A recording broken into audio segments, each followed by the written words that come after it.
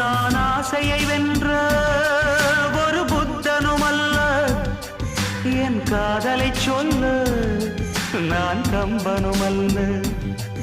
உன் காது கடித்தேன் நான் கனவினில் மெல்ல, இன்று கட்டி அணைத்தேன் இது கற்பனை அல்ல.